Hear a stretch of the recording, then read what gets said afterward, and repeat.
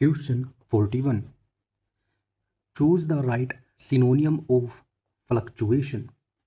Options are alteration, fidelity, or frugality. So right answer of this question is alteration.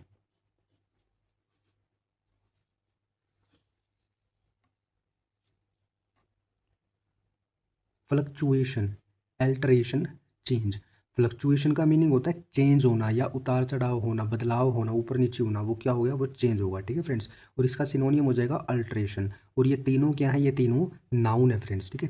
फिर है fidelity. Fidelity का meaning होता है honesty यानी कि ईमानदारी, और एक्यूरेसी यानी कि सटीकता। ठीक है फ्रेंड्स। बिल्कुल निशाने पर लगाते हैं ना, जैसे निशाना, वो एक्यूरेसी होती है। ठीक है। वो क्या होता है? वो फिडिलिटी भी होता है। ठीक है। और फिडिलिटी का एक मीनिंग होता है ऑनेस्टी। ऑनेस्टी क्या है? ये नाउन है, एक्यूरेसी नाउन है, और फिडिलिटी भी नाउन है। नेक्स्ट है फ्रुगैलिटी। ये भी नाउन है। और फ्रुगल, इसकी जो एडजेक्टिव फॉर्म होती है वो होती है फ्रुगल। ठीक है फ्रेंड्स। फ्रुगैलिटी का सिनोनियम है स्पेरिंगनेस, यानी कि use very little of something, यानी कि किसी भी चीज़ को थोड़ी मात्रा में यूज़ करना। या हम कह सकते हैं भाई फ्रुगल का एक मीनिंग हम बोल सकते हैं भाई कंजूस। वो क्या करता है? वो पैसे को बहुत ही कम मात्रा में यूज़ करता है। ठीक है। तो वो फ्रुगल, कंजूस भी हम बोल सकते हैं।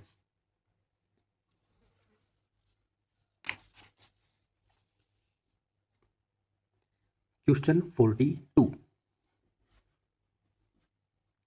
Synonym of grandeur. Options are grouch, magnificence, or pratal.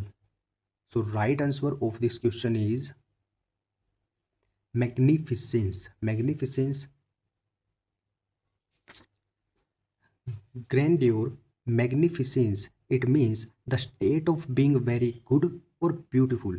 यानी कि एक स्थिति जिसमें कोई चीज़ बहुत ही सुंदर होती है, बहुत ही अच्छी होती है, यानी कि उसकी महत्व, उसका महत्व होना। ठीक है। उसकी शोभा होना किसी चीज़ की, वो क्या होता है? वो ग्रैंड्योर होता है, मैग्निफिसेंस होता है। ठीक है फ्रेंड्स। फिर उसके बाद है प्रेटल। सॉरी फ्रेंड्स, यहाँ पर ग्रैंड्योर ये नाउन है और मैग्निफिसेंस भी क्या है? ये नाउन है। फिर नेक्स्ट है प्रेटल, ये वर्ब है। इसका मीनिंग होता है टू टॉक इन ए सिली वे। ठीक है। टू टॉक इन ए सिली वे, यानी कि बेवकूफ़ी भरी बातें करना या मूर्खों की तरह बातें करना। ठीक है फ्रेंड्स। वो क्या होता है? वो प्रेटल होता है, नॉन सेंस टॉक हम इसको बोल सकते हैं। ग्राउच, ये वर्ब है। इसका मीनिंग होता है to complain in an angry way, यानी कि गुस्से में कंप्लेन करना। इसका सिनोनियम है ग्रम्बल। ग्रम्बल भी क्या है? ये भी वर्ब है। ठीक है फ्रेंड्स। क्वेश्चन 43। हमें यहाँ पर right one word substitution select करना है कि कौन से सेंटेंस के लिए कौन सा वन वर्ड राइट होगा। ठीक है फ्रेंड्स। तो देखिए, one who acts for the welfare of Mankind. Welfare क्या होता है? वेलफेयर होता है भलाई। भलाई, या हम कहें सेवा। ठीक है। जो एक्ट करता है, जो कार्य करता है किसके? वेलफेयर, भलाई के लिए या सेवा के लिए। किसके? मैनकाइंड की, यानी कि मानवता की भलाई के लिए, मानवता की सेवा के लिए जो एक्ट करता है, जो कार्य करता है, उसे हम क्या बोलते हैं? तो हमारे वर्ड है हाइपरबोल, होमेज और ह्यूमैनिटेरियन। तो इनमें से राइट आंसर हो जाएगा फर्स्ट के लिए ह्यूमैनिटेरियन। ह्यूमैनिटेरियन क्या होता है? जो मानवता के लिए भलाई करता हो, मानवता की सेवा करता हो, मानव भलाई या मानव सेवा करता हो। फिर a gesture of respect and devotion. Devotion क्या होता है? डिवोशन होता है भक्ति, लगन हम बोल सकते हैं। ठीक है। एक जेस्चर, एक इशारा या कोई चीज़ या कोई एक्ट जो किसी के रिस्पेक्ट में किया जाता है, किसी की भक्ति में किया जाता है। ठीक है। ठीक है। उसे हम क्या बोलते हैं? उसे हम बोलते हैं होमेज। तो सेकंड वाले के लिए हो जाएगा होमेज। होमेज क्या होता है? श्रद्धांजलि देना होता है, श्रद्धांजलि देना। ठीक है। श्रद्धांजलि हम देते हैं तो उसमें उसकी रिस्पेक्ट ही की जाती है, उसको रिस्पेक्ट ही दी जाती है। ठीक है। उसके रिस्पेक्ट में ही किया जाता है, तो वो क्या होता है? वो होमेज होता है। ठीक है फ्रेंड्स। फिर थर्ड है रिटोरिकल एग्जाजरेशन इन स्पीकिंग और राइटिंग। यानी कि रिटोरिकल का मीनिंग होता है रिटोरिकल का मीनिंग होता है यानी कि स्पीक करना या राइटिंग करना, किसी को प्रभावित करने के लिए, प्रभावित करने के लिए। ठीक है। प्रभावित करने के लिए स्पीक करना या राइटिंग करना, प्रभावित करने के लिए, इम्प्रेस करने के लिए, इम्प्रेस करने के लिए। ठीक है फ्रेंड्स। तो यहाँ पर कह रहा है कि कोई स्पीक कर रहा है,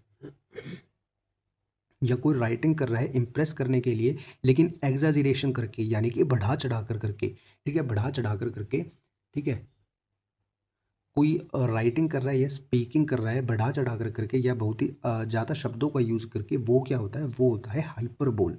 वो क्या होता है, वो हाइपरबोल होता है, यानी कि बढ़ा चढ़ा कर बात करना, ठीक है, डींगे हाँकना हम बोल सकते हैं, ठीक है, तो वो होता है hyperbole. Question 44, mud brushes blank easily when it is dry. तो हम यहाँ पर ब्लैंक दिया हुआ है, हमें चूज़ करना है कि यहाँ पर ऑफ आएगा या फिर असाइड आएगा। सेम यहाँ पर असाइड आएगा या ऑफ आएगा, और सेम यहाँ पर भी है। तो देखिए friends, mud brush is blank easily when it dry. अब मड क्या होती है, मड होती है मिट्टी। जब वो ड्राई होती है तो वो ईजिली क्या हो जाएगी, वो ईजिली क्लीन हो जाएगी। यहाँ पर ब्रश का यूज़ किया है, तो ब्रश के साथ अगर हम ऑफ का यूज़ कर देते हैं, ब्रश के साथ अगर हम ऑफ का यूज़ कर देते हैं, तो इसका मीनिंग होता है डस्ट रिमूव करना, डस्ट या मिट्टी, या हम कहें मड रिमूव करना, रिमूव करना। ठीक है फ्रेंड्स, ये हम नॉर्मली कह सकते हैं भाई, ब्रश ऑफ का मीनिंग होता है क्लीन करना, साफ सफाई करना। ठीक है फ्रेंड्स, सफाई करना। ठीक है, अब mud brush is of easily when it is dry. जब मड ड्राई होती है तो वो ईजिली, आसानी से वो क्या हो जाती है, वो साफ़ हो जाती है, वो रिमूव हो जाती है। तो यहाँ पर क्या आ जाएगा, ऑफ आ जाएगा फ्रेंड्स। ठीक है, फिर नेक्स्ट है the manager brushed blank our concerns. अब मैनेजर की बात हो रही है यहाँ पे, मैनेजर यानी कि ऑफिस की बात हो रही है यहाँ पे, ऑफिस की बात हो रही है, तो वो क्या होगा, वो फॉर्मल होगा। ठीक है ना, वो फॉर्मल होगा, क्या होगा, वो फॉर्मल होगा। और फॉर्मल का मीनिंग यहाँ पर क्या हो जाता है कि मैनेजर ने, यानी कि किसी के कंसर्न को क्या किया हुआ, कुछ नेगेटिव ही आएगा, और ये फॉर्मल है क्योंकि ऑफिस वर्क है। ठीक है, तो वो फॉर्मल होता है। ठीक है फ्रेंड्स, तो यहाँ पर हम यूज़ करेंगे असाइड का। यहाँ पर हम किसका यूज़ करेंगे, असाइड का यूज़ करेंगे, क्योंकि ब्रशड असाइड का मीनिंग होता है रिजेक्ट एज अनइम्पोर्टेंट, अनइम्पोर्टेंट, यानी कि रिजेक्ट कर देना, इनकार कर देना एज अनइम्पोर्टेंट समझ कर, कि भाई वो अनइम्पोर्टेंट है, इसलिए तुमने उसको क्या किया, रिजेक्ट कर दिया। ठीक है, तो मैनेजर ने रिजेक्ट कर दिया अनइम्पोर्टेंट समझ कर हमारे कंसर्न्स को, हमारी चिंता को।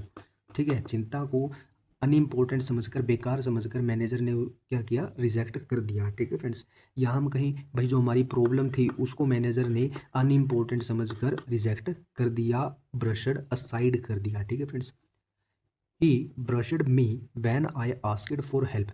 जब मैंने उससे हेल्प के लिए पूछा, तो यहाँ पर अगर हम असाइड का यूज़ करते हैं, तो आपने अभी पढ़ा था कि उसका रिजेक्ट मीनिंग होता है एज अनइम्पोर्टेंट समझकर, यानी कि किसी चीज़ को बेकार समझकर उसको रिजेक्ट कर देना।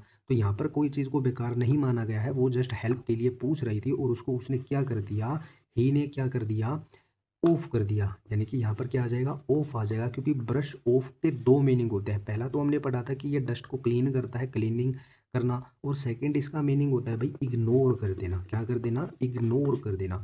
ब्रश ऑफ का एक मीनिंग होता है इग्नोर कर देना। जब मैंने उससे हेल्प मांगी तो उसने मुझे क्या कर दिया, ब्रश ऑफ कर दिया, यानी कि इग्नोर कर दिया।